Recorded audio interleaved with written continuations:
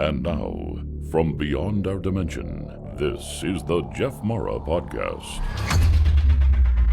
Here's Jeff. My guest is Kathleen Marden, who some consider to be UFO royalty. She is an author and 2021 recipient of the International UFO Congress Lifetime Achievement Award.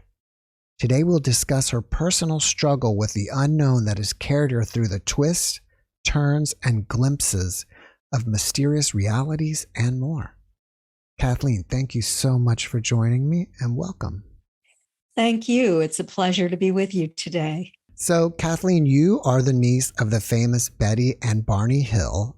And for those in my audience who are not familiar with your aunt and uncle's UFO experience, will you please, in a nutshell, tell us about their encounter with a UFO in 1961? I would love to. My aunt and uncle took an impromptu sort of trip to Niagara Falls in September of 1961. My aunt was a social worker for the state of New Hampshire, and my uncle worked for the post office. He decided to surprise Betty with this trip to Niagara Falls. I'm a little bit responsible for that because I had been there a month or two earlier with another aunt and uncle and was showing Betty and Barney the photographs and talking about what a wonderful time I had. So Barney decided to invite Betty to do the same thing, but it was a surprise. So they had a wonderful vacation in Niagara Falls and Montreal, and then they were returning home through upstate New Hampshire at night, and a craft started to come in closer and closer. It had an unconventional appearance. There were multicolored lights. It appeared to be rotating. It started bouncing back and forth in the sky. My uncle described it as being like a yo-yo, but if anyone is familiar with the Tic Tac sightings and the U.S. Navy's radar video of that, then it reminds me of that ping pong kind of effect and Barney called it a yo-yo effect. So Betty and Barney had an interest in looking at this very strange event, and it started to come in closer and closer, and finally it descended over their vehicle and stopped at about 100 feet above them on the highway on Route 3 in upstate New Hampshire. Barney stopped the car in the middle of the road and took the binoculars from the seat and looked up at this craft. And he wanted to get a better view of the inside of it, so he stepped away from the car.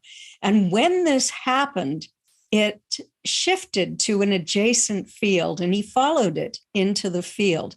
Betty remained in the car. The interior light was on, and the driver's side door was open. So Barney, who was a confirmed skeptic, was looking up at this craft through the binoculars, and through the windows, he observed entities that he described as being, quote, somehow not human. This was in the initial report to the National Investigations Committee on Aerial Phenomena. They frightened him greatly. There was no sound to this craft. It was just sort of hovering in the air. And as he looked at the movement of these entities, he had the distinct impression that they had a plan. And that plan was to, quote, capture him like a bug in a net, close quote. He pulled the binoculars down away from his eyes so forcefully that he broke the leather strap and went screaming back to the car to my aunt that they had to get out of there or they were going to be captured. As he was entering the car, he looked up and saw that craft was moving in his direction, closed the door, and went speeding down the U.S. highway. He told Betty to look up to see if she could see the craft.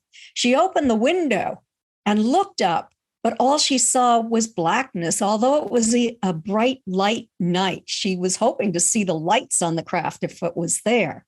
Within seconds, she and Barney heard a series of code-like buzzing sounds striking the trunk of their vehicle.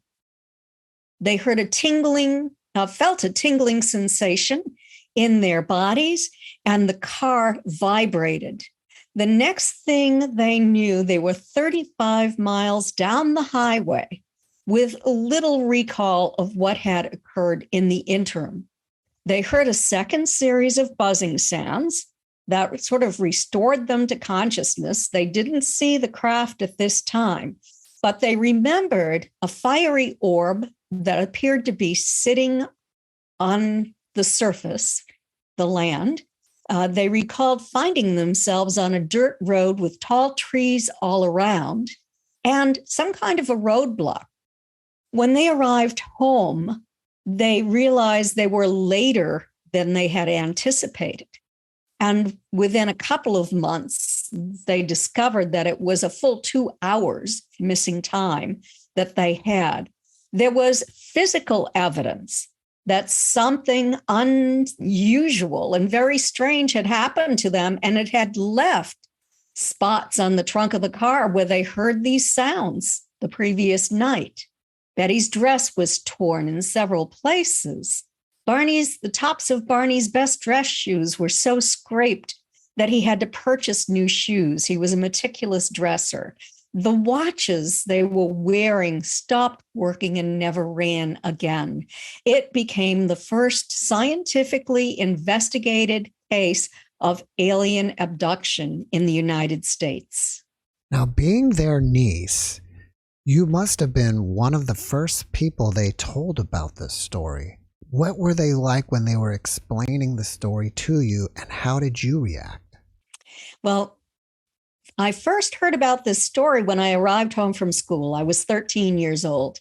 My mother was on the telephone with Betty, and my mother was very concerned because Betty feared that they might have been exposed to radiation or contamination. She and Barney had taken long baths. They just felt dirty, much dirtier than usual when they arrived home. And so my mother said she would call our neighbor, who was a physicist, to find out what to do. But within a couple of days, my family, my parents and my two brothers and I went the 20 miles to my aunt and uncle's home in New Hampshire. And that's when I heard the experience for myself. And Betty seemed somewhat excited. I was concerned. She took my mother and my brothers and I aside and told us what she remembered. My father sat quietly in a corner with Barney. Barney seemed different that day. My father told me later that Barney had described those non-human entities that he saw on the craft. And so Barney was quiet. He was normally a pretty jovial person, and we had a great relationship with him. But that day we were told not to bother him. He was waiting for a phone call from Pease Air Force Base. He and Betty had made an initial report, and they were expecting a call back. And so he was different. But we went out to the car. We were able to see those shiny spots that were all about the same size on the trunk of the vehicle. They hadn't been there before this event. And they now caused a compass needle to spin, meaning that there was a magnetic field in that part of the car, and it wasn't anywhere near the battery. So I immediately took an interest in astronomy. And I was also concerned about what happened to my aunt and uncle. I was looking for answers. I was a very good science student. I thought that I might grow up to be a microbiologist or maybe a medical doctor. I didn't. I was first a social worker and then an educator, an education services coordinator, before I became an author and UFO abduction researcher and investigator. Did Barney give any extra details of the ETs beyond non-human? At that time, he said they were dressed in black, shiny uniforms. And one of them, no, that was under hypnosis. The conscious recall was they were dressed in black, shiny uniforms. And they appeared to have, at least one appeared to have something on his head. All he could think of was like a military officer's cap or something like that. Now, I've seen photographs of ETs since then, and they do wear headgear, some of them. Do most of them have the typical gray appearance? Not necessarily. The ones that I have received photographs or video of from my investigations are not the gray types. It's unusual. Some look pretty human, but a little bit different than humans. There is one that had a face that kind of resembled almost a dog or a bear. Very strange. Wow. Had a kind of an odd type of neck as well, kind of a humped neck. So they're not all grays. There are different types. There are so many alien videos that are posted to social media these days. It's hard to really, say what's real and what's not anymore. How do you do that? I don't even look at alien videos on YouTube. I was the Mutual UFO Network's director of the Experiencer Research Team for 10 years before I retired from that. But I have been a member of MUFON and an investigator since 1991. I investigated many, many cases. In fact, I wrote the protocols for how to investigate an abduction investigation. And I was MUFON's director of field investigator training for 10 years as well. So I have a lot of experience in doing investigations.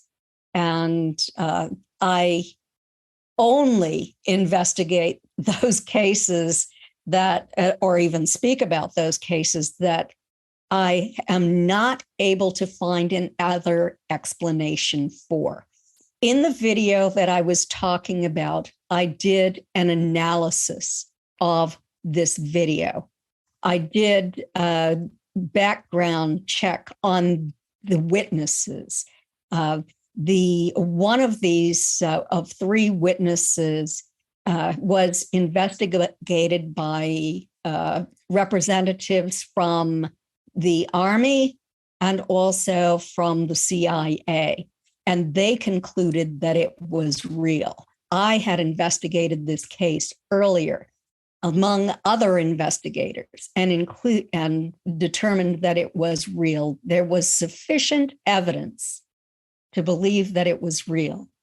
So then, when this occurred with three individuals, I had that information, and I had the opportunity to investigate, again, all three.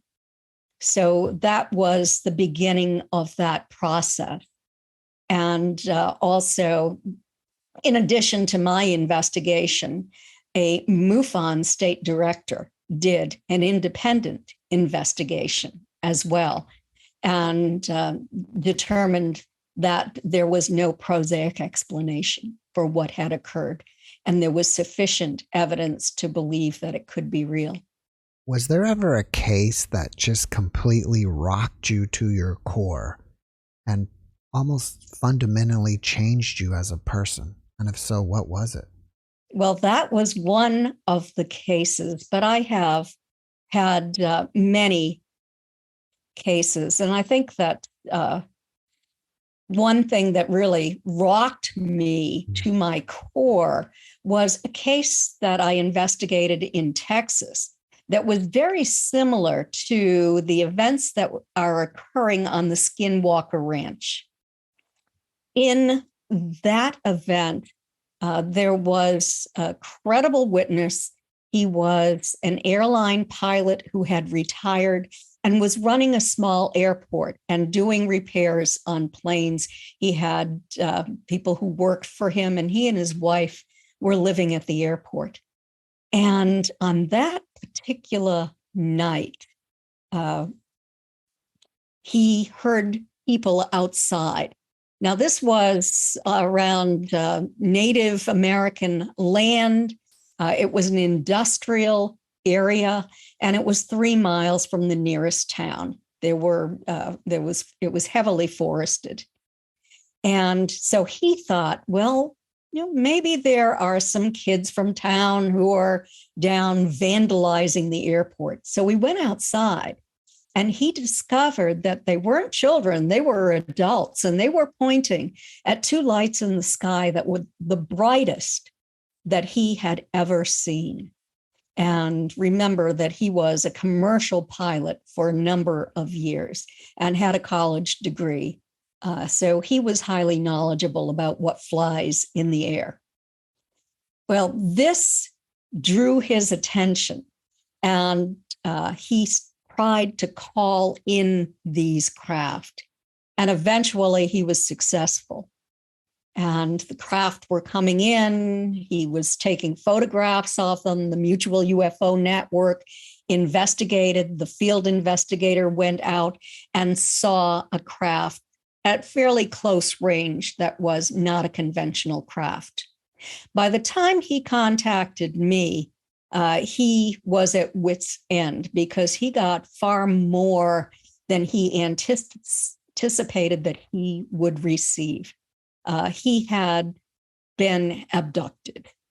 One night, he had been talking to his sister, and he was in his kitchen. He looked out the window on his door into the hangar, and he saw a bark brown, tall entity standing against the wall. And there were 3 small silver entities that saw him and moved in unison. He described it as looking like a gate swinging open. And they were moving in his direction. He didn't realize that they could enter his residence. And he went running to his bedroom. That's the last thing he remembered from that night. Over time, he started to experience other things, such as light beings, such as sort of what we think of as negative entities, or some people call them demons. This really was astounding. And then he and his mother looked out over the airport one night, and they didn't see the runway at night. They observed what appeared to be a grassy savanna in the daylight with mammoths, or hairy elephants is what he described, on what had been, what was at that point, the airport.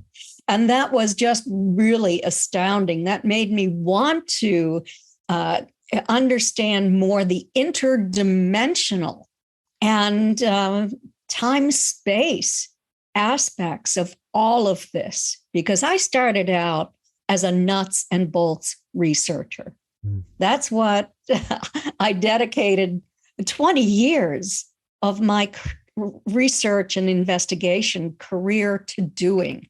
I thought that if UFOs simply disappeared, it was because they flew away so rapidly. I had some kind of prosaic explanation for everything, but I realized in this case that I had to change my mind. A lot of times on this program, we talk about spirit guides and guardian angels. Do you think that those could be ETs? I'm not certain if they could be extraterrestrial. You might say, in a very broad sense, they're extraterrestrial because they're not here on our terrain, but they seem to be able to appear. And these light beings are often compared to angels. And in one case that I was talking about, this case of Chris Bledsoe that I first spoke of with the two other individuals who had the video, Chris has also had what I think of as Marian apparitions, where a lady in light with outstretched arms wearing a white gown has appeared to him at least twice. She materialized in his home and she gave prophecy. So it makes me wonder, what is this all about? What are these somehow related? This extraterrestrial presence and what we associate with religion, angels? It's very, very interesting to me. Do you think that your aunt and uncle's experience with the UFO was your pivotal moment that got you into the field, or was there something else? Well, I was 13 when this occurred, so it had to be the pivotal moment because I had never even heard about UFOs prior to that time. It really sparked my interest in the field. But I grew up and I went to college and I got married and had children and did the traditional kind of work kind of thing, family kind of thing. But back about 32 years ago, I developed a debilitating illness and I had to leave my career. I was at home. I wanted some intellectual stimulation. I had a lot of stimulation in my teaching career and graduate school and in writing, that sort of thing. And so I was thinking about what could I do to give myself this stimulation. And I thought, I've always wanted to know more about my aunt and uncle's case. And that's when I decided to investigate in an unbiased manner, scientifically. And so I, as my health permitted, did an extensive investigation over 14 years. And I always had a secret desire to become a writer. That was what I majored in first in college before my aunt told me to do something practical like social work or education. And so there I was with this opportunity. And I decided to, as Joseph Campbell stated, follow my bliss and begin this career path. And it was so interesting. And the information that I was able to acquire in this very extensive investigation and research project encouraged me. It sort of gave me the spark of interest to continue with this. And during this entire time, I had become a MUFON investigator as well. So I was doing a great deal of work and investigation, and over time wanted to answer all of the questions that came to me. I've always been a very inquisitive person. And I have to tell you that I had my own experience, and that also created greater curiosity in me. Well, tell us about it. Well, when I was 17 years old, my aunt and uncle were doing an experiment with a scientific team. They had already undergone hypnosis with a renowned psychiatrist in Boston for a period of 6 months and discovered that they had been taken to craft by these ETs. And so the scientists that were working with them asked them to do what they called a psychophysics experiment, sort of like a CE experiment today to attempt to call in craft.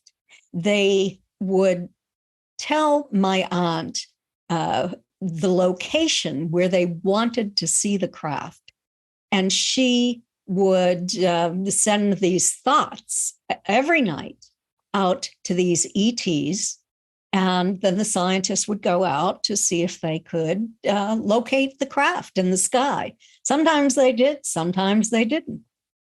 And then my aunt decided that she was going to call in craft to land on my grandparents' farm. And these scientists were knowledgeable about this, were giving her the information as well. And a craft did land on my grandparents' farm. It was observed by 2 people. One was a pilot returning home from work at night. The other was my grandmother, who got up and looked out her bedroom window and saw it. The following day, my brothers and I heard about this, and we went out and we found some evidence on the ground that this had occurred. I also had memories that something had happened to me, and I was in a different environment. My mother was there. As a 17-year-old, the only thing that I could think of was that my mother had arranged for me to have surgery during the night because for some reason I shouldn't know about this. It was not what occurred. Later, my mother and I reported this to Dr. James Harder from the Aerial Phenomena Research Organization, and we underwent an investigation and hypnosis with him. But of course, what actually did happen is my mother and I were taken to craft. I had this physiological evidence on my body, pain, and these memories that were identical to my mother's memories. But that was traumatic for me. In a sense, I didn't understand what had occurred. It caused some difficulty in my relationship with my mother because I thought that she had arranged this without my knowledge. I had no idea that this happens within families. I only learned that later when I worked on studies on experiencers. So this was the beginning of a history of being taken repeatedly over a long period of time. My exploration of this. Did either you or your mother have any markings on your body? I have had marks on my body, but in that time frame, we weren't looking for marks. Later on, when I started to collect evidence, we discovered that I had a triangular shaped cutout mark on my hand one morning after I had an event happen. I've had finger marks on my body. I've had scratches on parts of my body that I cannot reach. So I have had marks on my body. Investigators found what might be an implant right here. It's a small something about the size of a pinhead. When I manipulate it, it causes tones in my head and sometimes a strong tingling sensation in the crown of my head as well. There have been witnesses 2 times when I was taken. And I have also taken a test. It's called the American Personality Inventory. It was developed by Bud Hopkins and Ted Davis. Bud Hopkins is a renowned UFO abduction researcher, now deceased, one of the pioneers in the field. And Ted Davis was a psychiatric social worker. It was based on the Minnesota multiphasic personality inventory, and it was standardized and reduced in size and tested by Dr. Don C. Donderi, who was a psychology professor at McGill University. It was used to determine those people who had real UFO abduction syndrome, as opposed to people who were merely wannabes or fakers, and the general population. And my test result came out very, very close to the center of those people who had UFO abduction syndrome. So I do have a lot of evidence, but I also had a lot of doubt.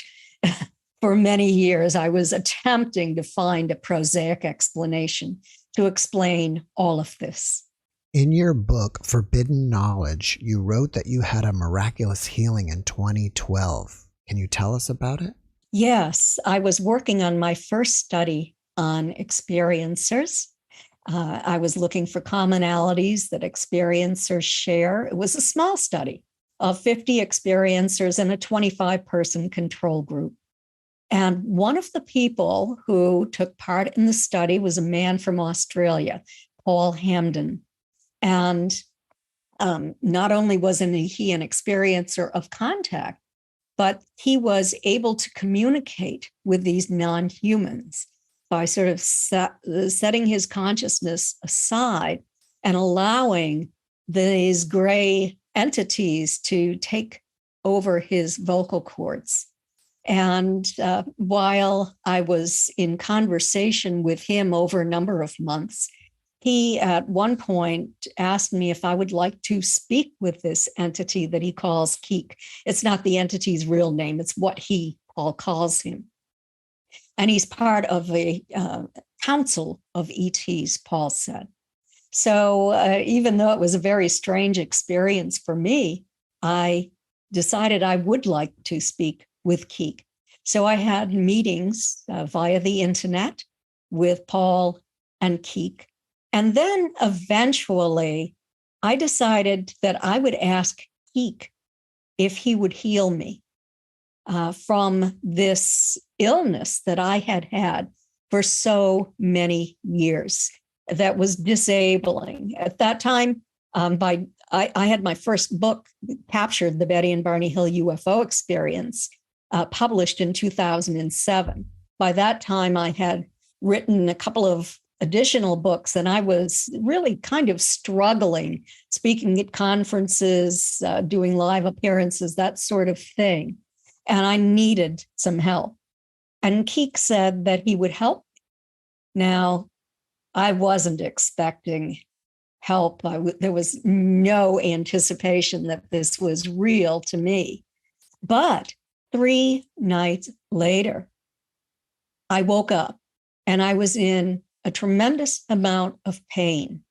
And I woke my husband up and I said, I don't know what's wrong. I don't know if I'm dying, if I'm having a heart attack, but something is seriously wrong with me. And he said, well, give it a minute and let me know if you want me to call the ambulance or take you to the emergency room. The next thing I knew, I was in a different environment. My body might have remained in my bed, according to Paul, but he said my etheric body was taken to a new place. Well, I remember the environment that I was in. I found myself lying on a table. I was in a misty environment, and there were tall, glowing entities up near my head that I could see in my peripheral vision. I was confused. What was happening? And I felt this strong tingling sensation through my body. They showed me either a vision or a screen. And on that, I could see what was like little bots moving around the periphery of my body. And then I could see my organs. And I saw 3 organs that were highlighted in, or 2 organs, I believe it was, in pink and mint green. And I had to experience this pain, but before long, I was returned to my bed and I was waking up in the morning. And I have not had a relapse of that illness. So I'm very grateful to Paul Hamden and this little gray entity named Keek. And that was the experience that really changed my understanding of all of this. That is much greater than having a craft land outside or take me from outside through an opening in the craft and taken off to someplace else. This opened up an entirely new understanding and dimension to me. And I wanted to learn far more than I knew in the past. It's almost like you had a near-death-like experience. You had this pain and your consciousness was taken out of your body to this place and you were healed. Yes, it does sound like that, but it was in concert and in the timeline of Keek's decision to heal me. So that was very interesting. You know, in the research that we have done, we have discovered that the majority of abductees, or what you might call experiencers of contact, have had near-death experiences as well. It's great that you mentioned that, because some of my guests who are near-death experiencers share with us that they see aliens on the other side. I've heard that before. And I've heard with people that I've talked to about being on craft that they have seen deceased family members on craft. So what is that all about? Yeah. We certainly have more questions than answers. More recently, I'm getting reports of people during their near-death experience waking up in pods, kind of like the Matrix. Wow. Very interesting. The direction of your work took a turn in 2016 after the MUFON International Symposium in Orlando. What happened at that symposium? I was a speaker at that symposium and was working with Stanton Friedman, with whom I worked for many years. He was a nuclear physicist known around the world for his research. And I had friends, my friend and colleague, Denise Stoner, filled in for me, running a support group for experiencers. And one of the people who attended that support group was a man from Florida who had been asked by this council of extraterrestrials that he had been speaking with for many years, or had known for many years at least. And so he spoke about that with Denise and the group. And then at lunchtime, he went to look for a table where he could be seated to have his lunch. And it was very busy. And he saw one table where there was a seat. And sitting at that table was my good friend, Dr. Melanie Barton-Bragg. And Melanie is a Christian minister, and she's also a psychotherapist. And so she said, sure, have a seat. And they began a very interesting conversation.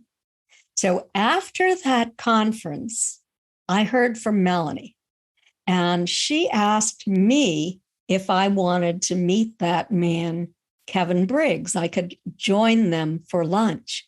And she told me a little bit about him and said that he was an experiencer. That's all I knew. Mm-hmm. And so I said, I would love to meet him for lunch, and could we ask Denise Stoner, because she and I have worked together as investigators for many years. And so we got together. We had many lunches together before I invited everyone back to my house to continue the conversation. And at that meeting at my home, we were asking Kevin questions, and he slipped into what to the others appeared to be channeling these ETs. Now, it wasn't apparent to me at that meeting. All I knew is that Kevin, from the age of 8, when he grew up in the UK, had these very tall human-like entities appear in the bathroom. They frightened him. But then one of them came back as a conscious orb and stayed with Kevin and taught him to astral travel. When he was a 14-year-old paper boy, there was a craft that came down and landed early in the morning, like 5:30 in the morning, at a park. And he went to that craft and he was taken on board, and he recognized the entities that he saw way back when he was a younger boy. And he met what is known to him as the Council of Eight. These are fifth and sixth dimensional entities, and there is a ninth dimensional entity as well, and an association with another ninth dimensional entity who is a healer. And so I was fascinated in all of this. In fact, I conducted a hypnosis session with Kevin. And then after that session, he started to receive more information. And Dr. Melanie was helping him to conduct meditations to try to contact these entities. And eventually, he invited the three of us to join him to ask questions of this Council of Eight. We were all, Melanie wasn't, but Denise and I should say, were, very scientific to this point in what we were doing. I think we still are. But we wanted to learn more. We wanted to take our scientific equipment to these meetings and to attempt to find evidence that these entities were real. So we met once a month for a period of 2 years. In the second year, we added more members to take part in this experiment. And we were permitted to ask questions of the Council of Eight. So we would begin with only a few questions between the three of us, because Kevin really had a physiological response to this. We were able to measure a significant temperature increase in the room in the presence of these entities. And we ended up feeling a very strong tingling sensation in our bodies when they came into the room. It was a fascinating experiment. And in my book, Forbidden Knowledge, I have posted 120 questions and their answers to our questions. I found this fascinating, especially because one of these entities named Zark, spelled J-A-R-K, but pronounced Zark, is a little gray. And he wanted to meet me in person. And he came to me and showed me, I was expecting to see craft, but what I saw out on the lake that I live on was about a 35-foot diameter turbulent wave of water that moved around and around and around, many waves, and in a circle. I'd never seen that on my lake before. If a duck is paddling, there might be a tiny circle of that develops, but this was very large. And I felt Zark's presence. and I learned to communicate with him telepathically. And this was very, very interesting. He wanted to channel through me.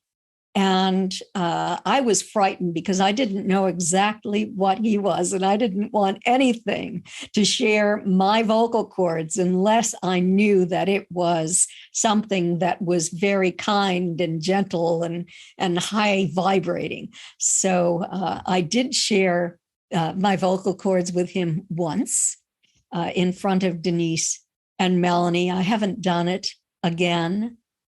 But it was an extraordinarily interesting experiment that, and Denise and Melanie and I were all shown sufficient evidence to believe that this was something real. I still can't say that it was extraterrestrials in the sense that they've come here from another planet. They claim that they are a protective force of the universe in this quadrant of our galaxy. They say that they are here to assist in our development. And they've given us an understanding of consciousness and vibration and the differences between the dimensions concerning the vibrational frequency and level of consciousness. So that's something. I know they're there. I don't know for certain that they're extraterrestrials. Can you give us one example of the 100 or so questions that you asked and what the answer was? Yes, I'd be happy to.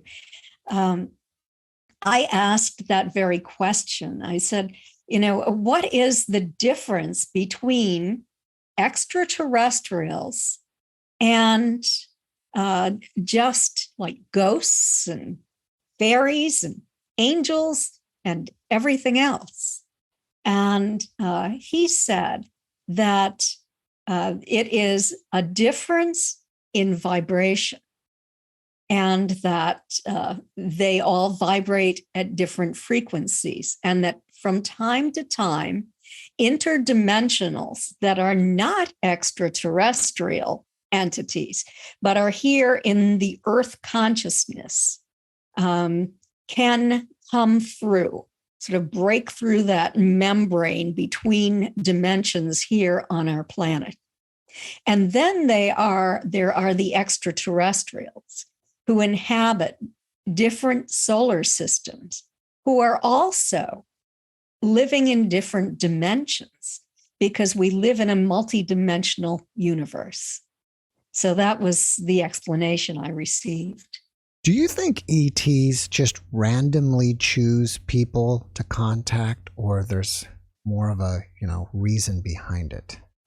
They told me that in the beginning, their selection was random. They picked up children who were on the back lands of the family farm, people who were driving down the road, lonely road at night, people who were fishing or camping or hunting.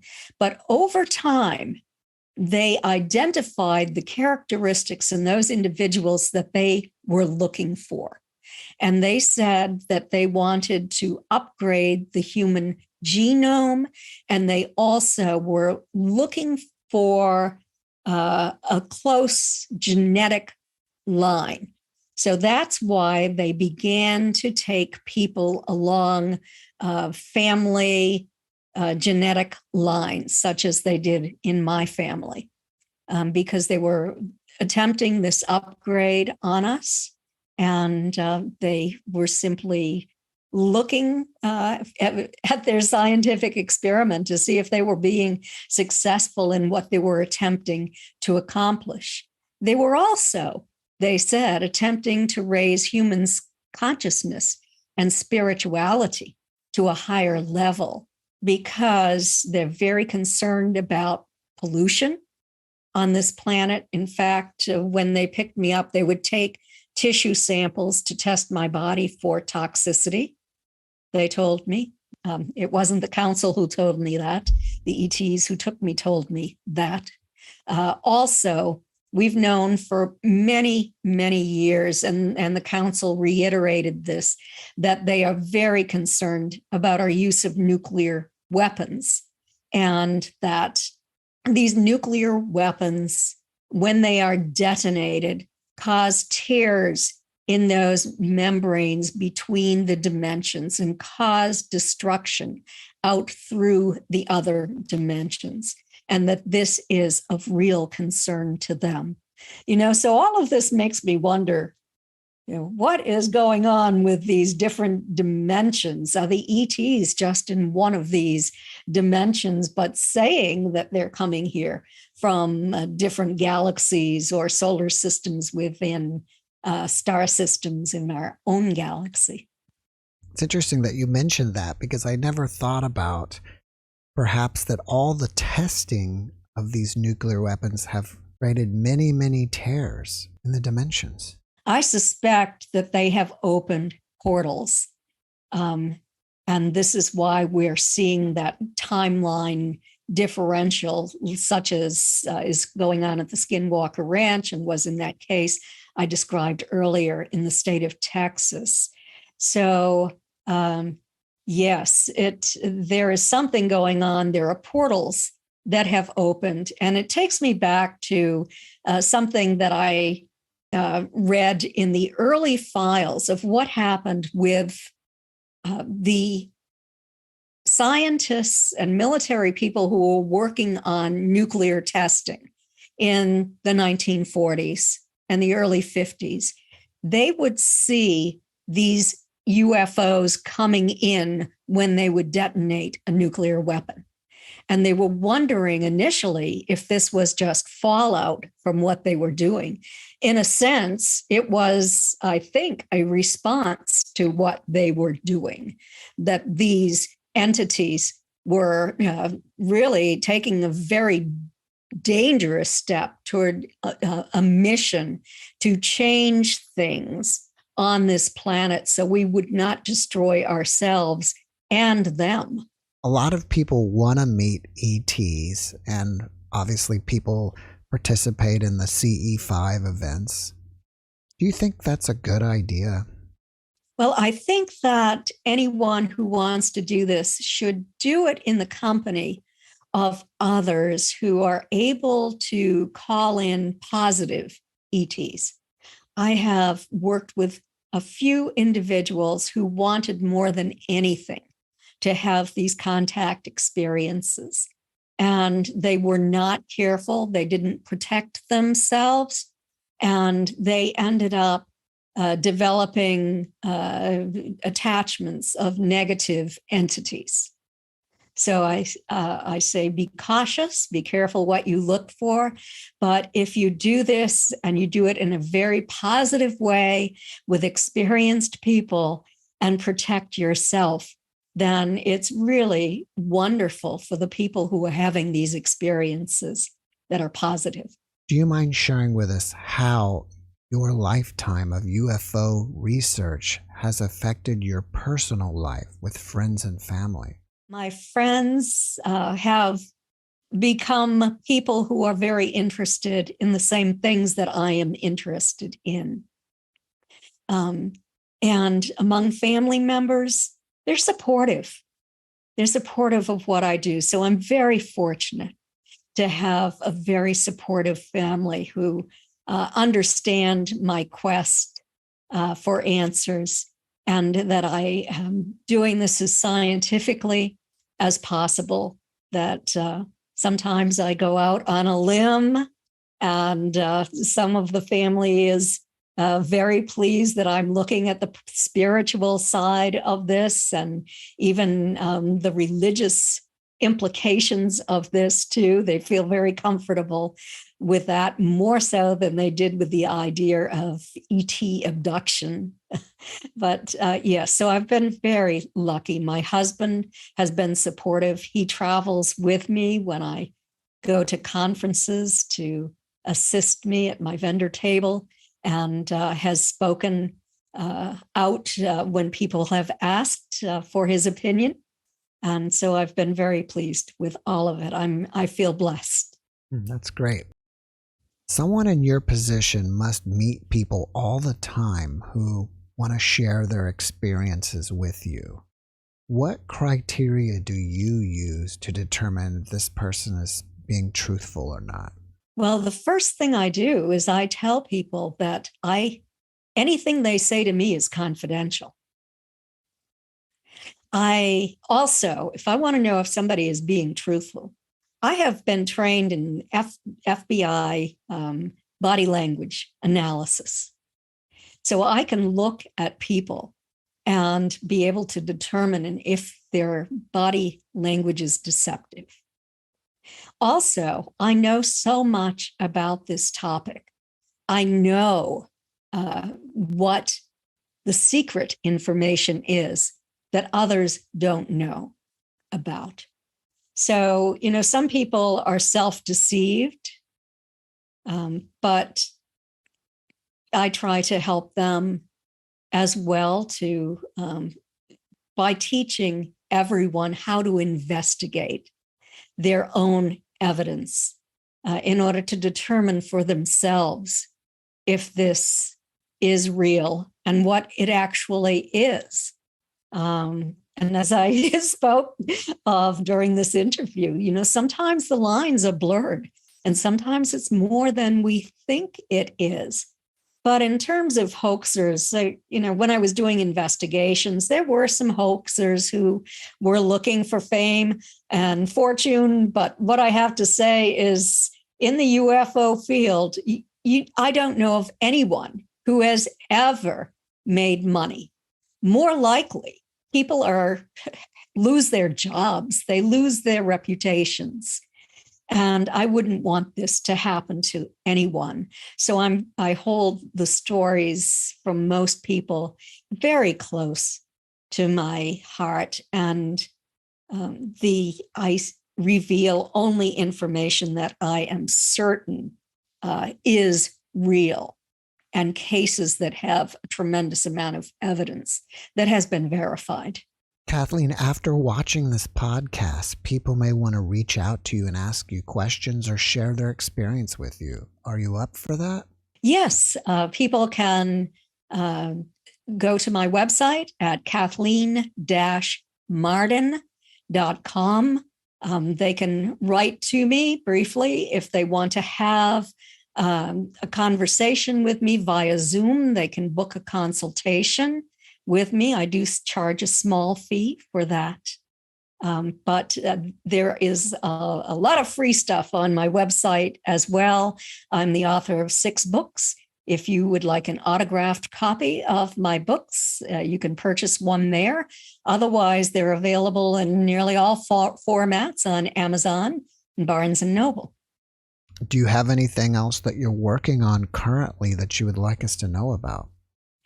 I am not ready to announce that at the moment. I am working on something, but we're waiting until after the beginning of the year to announce that, and you'll be able to find it on my website.